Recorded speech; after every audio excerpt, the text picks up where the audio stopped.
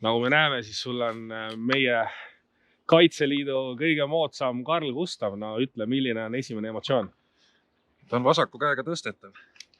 Ta võrreldes nüüd varasemate meie käsutuses olnud riistapuudega ei kaalu peaaegu mitte midagi. Ehk siis iga jalaväe jagu on põhimõtteliselt oluliselt liikuvam ja kiirem ja suure tulejõuga.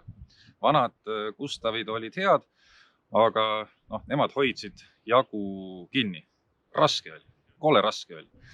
See, ütlen ausalt, esimene kord, kui ma kätte sain, ma arvasin, et mind huiatakse, et mulle on mingisugune airsoftikas antud. Ja sihik on hea, jah? Sihik on hea, sihik, punatäpp, kõiksuguste moonade jaoks, nagu ikka.